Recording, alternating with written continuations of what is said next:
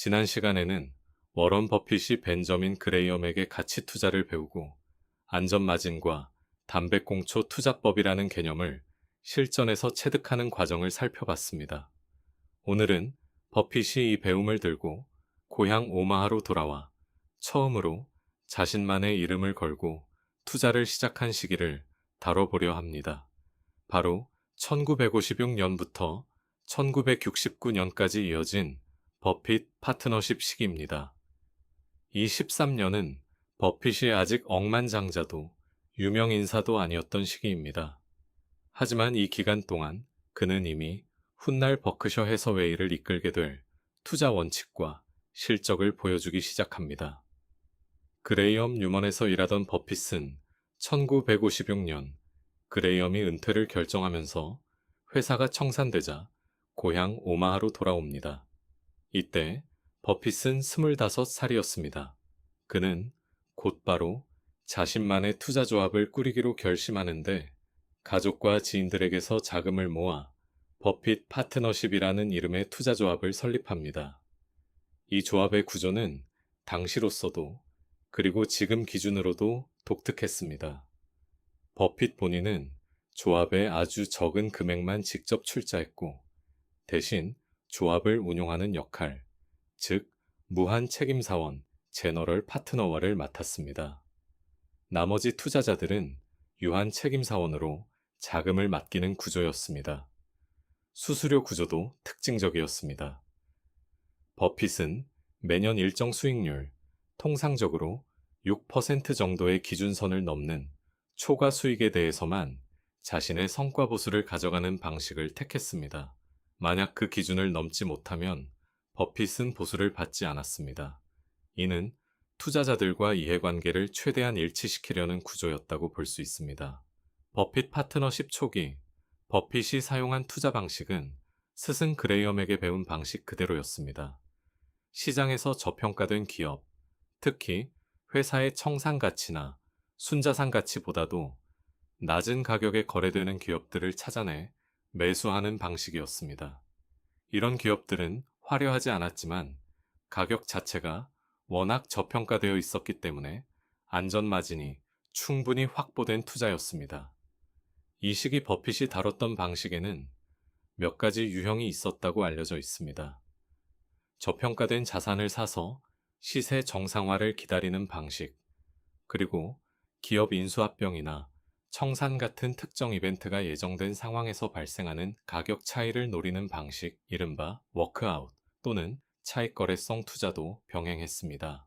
또한 이 시기에는 경영에 직접 개입하는 사례도 있었습니다. 저평가된 회사의 지분을 대량으로 확보한 뒤 이사회에 참여하거나 경영진의 변화를 요구해 회사의 숨겨진 가치를 실현시키는 방식이었습니다. 훗날 버크셔 해서웨이의 경영권을 인수하게 되는 과정도 이런 방식의 연장선에서 시작된 것이었습니다. 버핏 파트너십은 1956년부터 1969년까지 운영되는 동안 시장 평균, 즉 다우존스 지수의 수익률을 여러 해에 걸쳐 앞서는 성과를 냈다고 알려져 있습니다. 이 성과가 알려지면서 조합에 참여하려는 사람들이 점점 늘어났고 자금 규모도 빠르게 커졌습니다. 초기 몇만 달러 수준이었던 자금은 1960년대 후반에 이르러서는 훨씬 큰 규모로 성장하게 됩니다. 하지만 이 성장은 동시에 새로운 고민을 만들어냈습니다.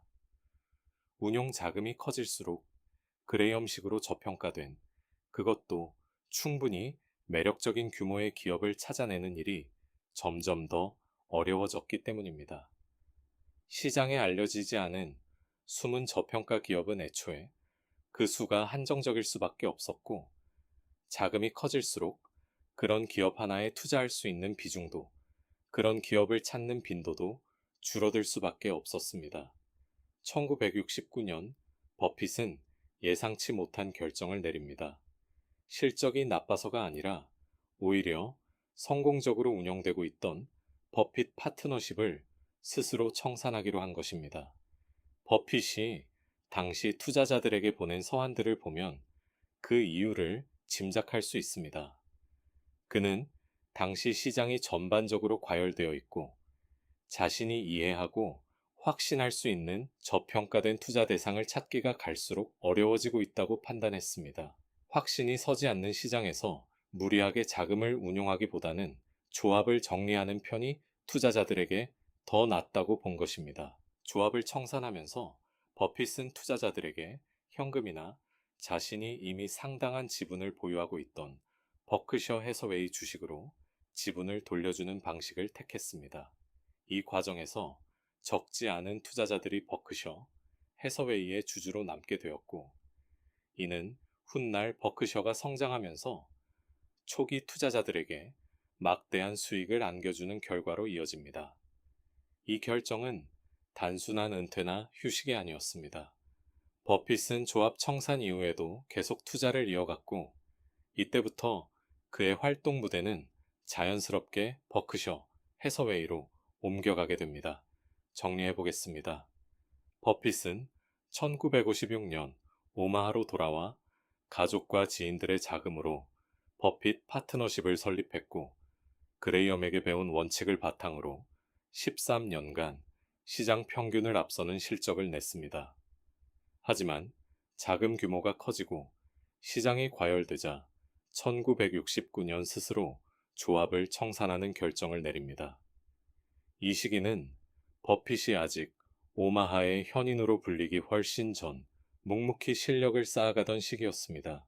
그리고 이 조합의 청산은 다음 이야기의 무대가 될 버크셔 해서웨이로 자연스럽게 이어지는 다리가 되었습니다. 다음 시간에는 애초에 방직 회사였던 버크셔 해서웨이를 버핏이 어떻게 그리고 왜 인수하게 됐는지, 그리고 그 과정에서 있었던 유명한 일화를 다뤄보겠습니다. 오늘 영상이 도움이 되셨다면 구독과 좋아요 부탁드리고 다음 회차에서 뵙겠습니다. 감사합니다.